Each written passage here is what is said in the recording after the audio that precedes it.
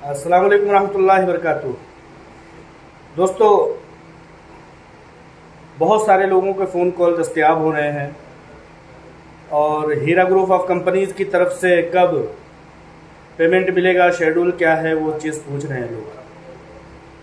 कई लोग इस बात का इजहार कर रहे हैं कि भाई क्या उम्मीद छोड़ दें। तो मैं आप तमाम लोगों को एक चीज़ बताना चाहता हूँ कि आप लोगों की ये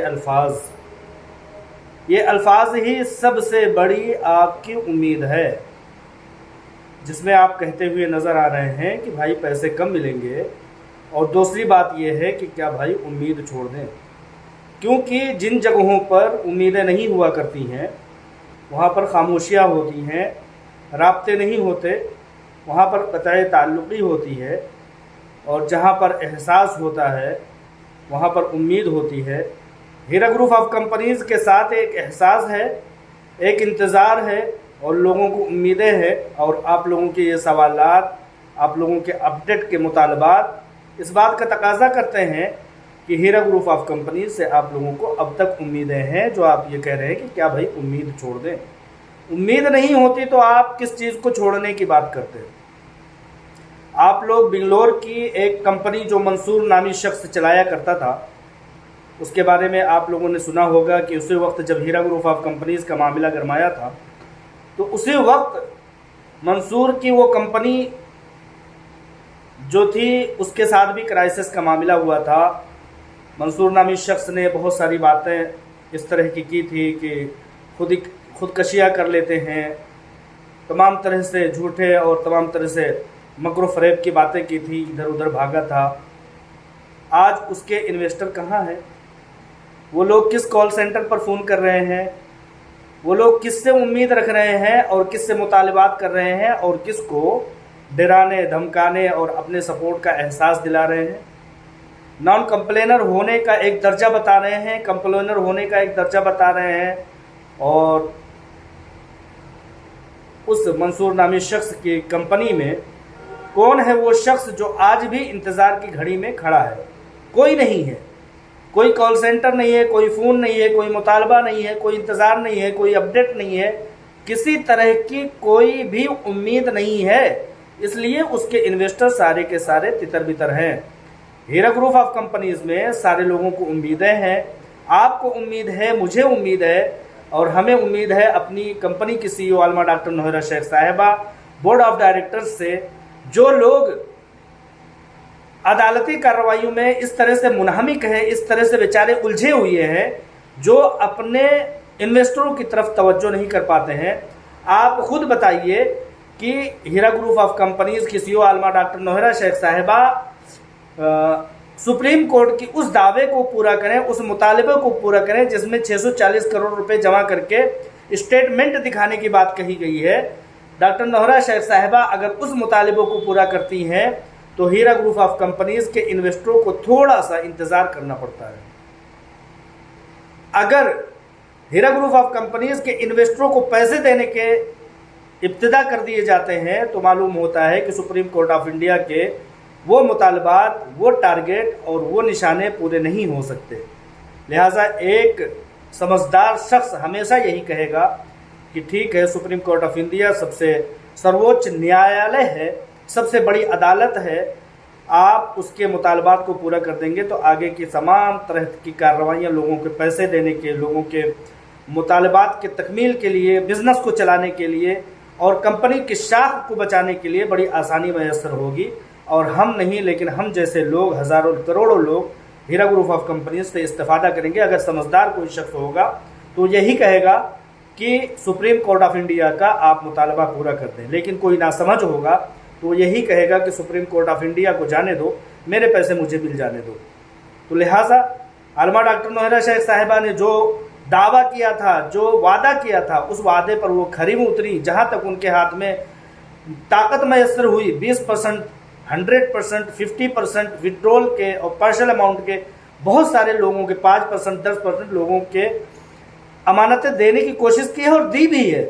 बहुत सारे लोगों के, सैकड़ों लोगों की नाम मैं गिनवा सकता हूं जो कि मेरे जानने वाले नहीं है, आप ही लोगों के दरमियान के हैं। 1,72,000 अफराद सुप्रीम कोर्ट की तादाद के हिसाब से जो मुकम्मल हो रहे हैं उसमें वो लोग भी शामिल हैं, लिहाजा तादाद बड़ी है। इसलिए आप लोगों को लगता है कि आप लोगों के जानने वालों में, आपके बैकग्राउंड में लोग नहीं हैं या ना हो सकता है, लेकिन एक बड़ी तादाद ने पैसे हासिल किए। डॉक्टर नौहरा शेख साहिबा ने बहुत सारे मुतालबात पूरे किए हैं।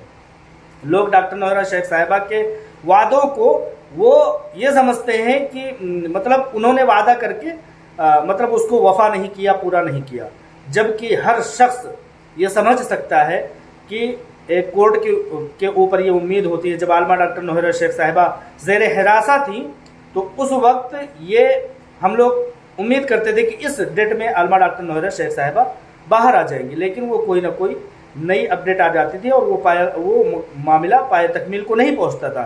ठीक उसी तरह से आलमा डॉक्टर नौहरा शेख साहिबा आज इस इंतज़ार में है और वादा करती हैं कि इंशाअल्लाह ताला इस डेट में, इस तारीख में, इस सुप्रीम कोर्ट की सुनवाई में मैं लोगों के पैसे दे दूंगी।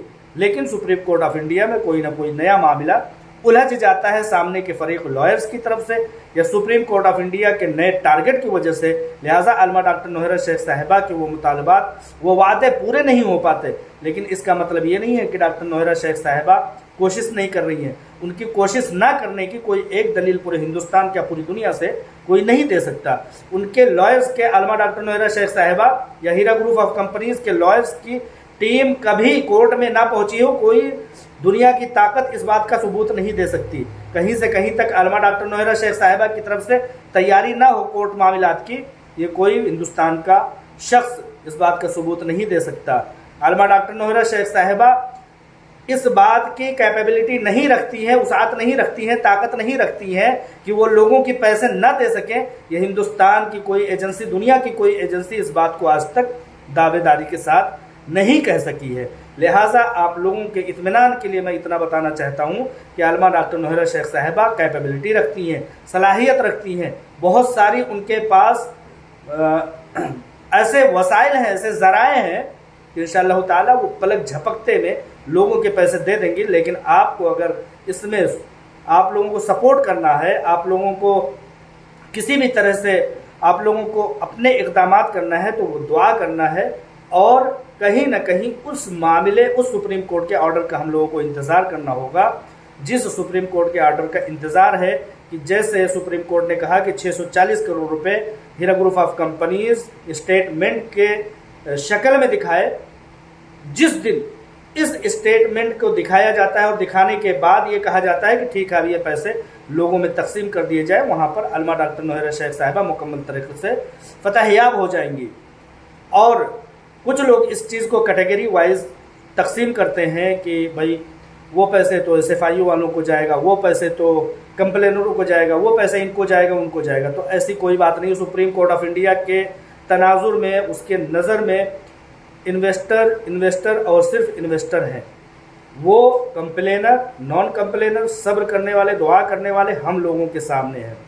आलमा डॉक्टर नौहरा शेख साहिबा ने इसी चीज़ को दोहराते हुए कहा था कि हमारे सामने किसी भी तरह की ऐसी कैटेगरी नहीं है कि कौन कंप्लेनर है, कौन नॉन कंप्लेनर है अदालती मामले में।